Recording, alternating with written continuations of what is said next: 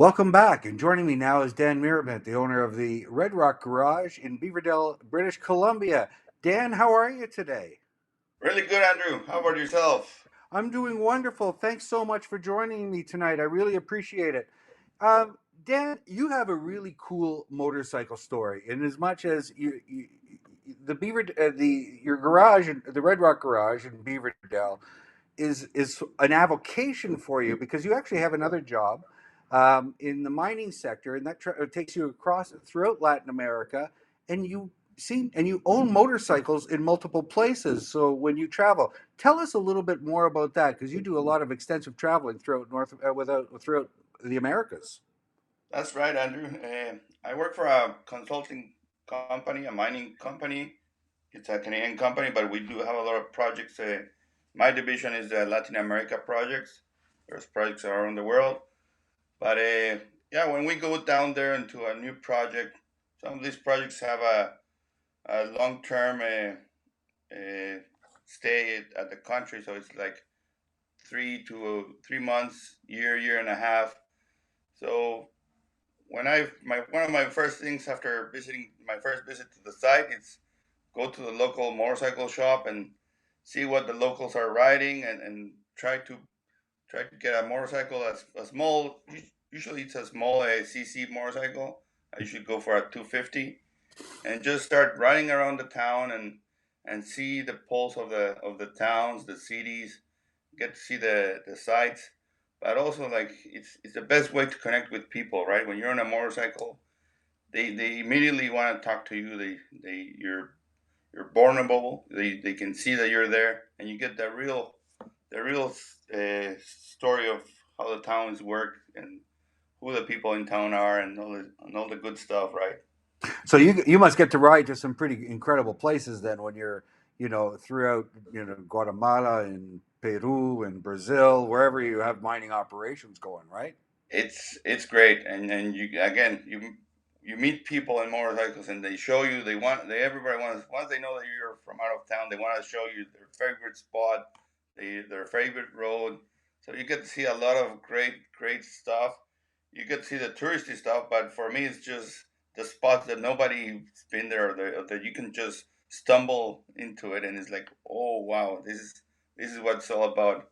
And yeah, some of these places like Colombia, Guatemala, even like Panama, they all have great little stories and great little spots of the locals, the local culture, the local stuff that's going on. And there's always Wow. a subculture of the motorcycles, right? Of course, and it's such a and it is so rich and so beautiful down there. Yeah, I'm jealous that you get to be able to do that. Now let me talk a little bit about. I want you to talk a little bit about the Red Rock Garage because it's a really cool place. Tell me about how you came to acquire a garage in Beaverdale, British Columbia.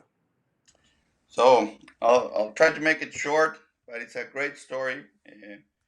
Beaverdale, it was a mining town. It was one of the oldest mining towns in BC. And when I first moved to Kelowna, that was in 2004. I'm originally from Mexico. When I moved to Kelowna, my first ride was to Beaverdale, and it was a 45-minute ride from Kelowna to Beaverdale, and then 45 minutes back.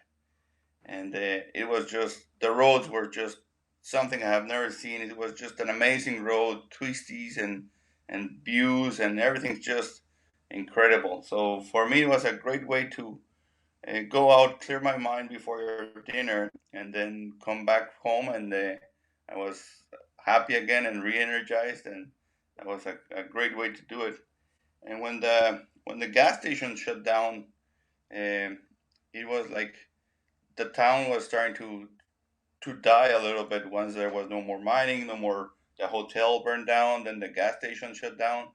So for me, it was like a personal challenge of just revitalize the town, just do something that will attract people and give it a theme, right? And I'm passionate about motorcycles, and I thought, well, what this cannot die here, right? Like I had the privilege of seeing the garage and riding these roads, so I and I had to do something about it. So we bought the garage and opened as a coffee shop, and it's been great from there. It's just worked out.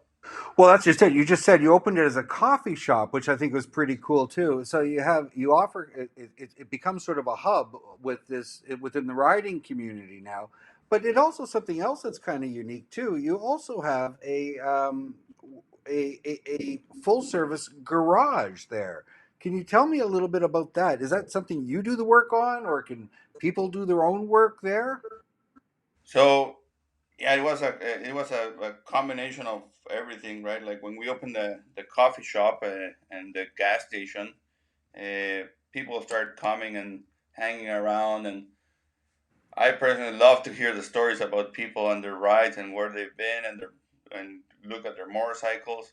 And there was always somebody that needed some help with somebody, or always wanted to do an oil change, and they were asking for where will be the best place. And I was always like, well, right here, like I have oil, I have filters, and we can just do it. So it started to be like a very organic thing, and people will start coming up and get the feeling of the area, and they wanted to know the area more. And there's a lot of back roads and a lot of nice roads around the area. We have one of the few of the best highways in BC, Highway 3, Highway 6.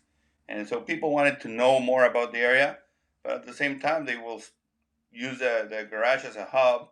And when you're in the back trails or when you're putting a lot of miles, it's good to have somewhere where you can do an oil change or tighten things up, change some tire tubes, whatever. So we let them use the garage. I help them as much as I can when I'm there, and also we have just people that call ahead of time and order. Hey, I'm gonna be passing through your stuff, through your shop. They're gonna stay in the Airbnb and the cabin that we have in the back, or they're gonna be camping, and they just call us ahead and say, hey, I need some filters. My bike is this model. Can you have everything ready for me? And they just come and do it themselves. And That some people do it more technical stuff like I've learned how to adjust valves and all that from people that just came in and show me how to do it. Right, I'm like, okay, that's a great thing. that's a really cool offering that you have, just for the audience out there who may not be aware, Beaverdell in the in BC's interior is one of the few places in Canada you can actually ride year round there, right, Dan? Yes, Andrew, almost year round, depending what bike you're riding, but I ride year round. Like I have a dual purpose bike, and there's always great weather. Even in the winter, you have 3 or 5 days of snow, and then everything clears up, just opens. So it's a great spot to be. And we have a lot of these little towns in between. There's almost every 50 to 100 k. There's and the next town and the next town and the next town, and so you can do a lot of loops, like, motorcycle rides, and the best highways. It's twisties. It's great roads. They're really well maintained. And then for the off on road and off road crew, we have all these logging roads. That it's a big logging area, so they're always well maintained. There's no logging in the weekends, so it's great area for doing a dual purpose, for doing the off roading, ATVs. There's just you you can spend a month there and still find something new every day. Yeah, it's beautiful country up that way. Dan, I would be remiss. This is the Motel or Cycle website. You don't have a motel. You touched on it a second ago. You do have a really cool retreat. Tell us a little bit more about this retreat that you've got going here. So when we were opening the garage for the public, that was in 20, 2016. We first opened. We saw the need for people wanted to know more about the town and the area, and a lot of people just think it's just a small town on a highway, right? And when we started offering, like, no, come and stay at night, and we started just with friends at the beginning, and it's, hey, stay at night, let me show you the area.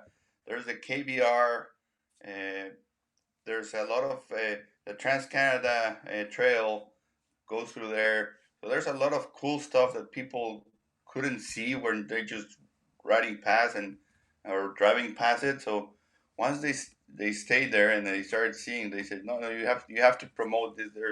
There's lots of history. There's lots of cool stuff to see. And so we opened the retreat, and it's through Airbnb. All the bookings are through Airbnb, and it's just worked out great. People are just loving the area. And it's 3 bedrooms, right? So it is 3 bedrooms, or you can sleep, 5, 6 people quite comfortably, I would imagine, in that, and which is perfect for small groups that are coming and riding through, right? That's correct. So we remodeled the whole cabin when we were going to open for the public to make it as comfortable as possible, but at the same time fit as many people in the cabin. So we have the 3 bedrooms and a sofa bed. So it's a great spot to put your head down and keep riding the next day. Dan, listen, thank you so much for your time. I really, really appreciate it. It's really cool. I can't wait to get out there and check it out. And ever since we met a few years back, and you're one of the coolest guys I've met, anyway. So thank you so much for your time, and I can't wait to get out there and see you. Um, you take care. Thank you, Andrew. Have a great day. Really Thank you. appreciate it.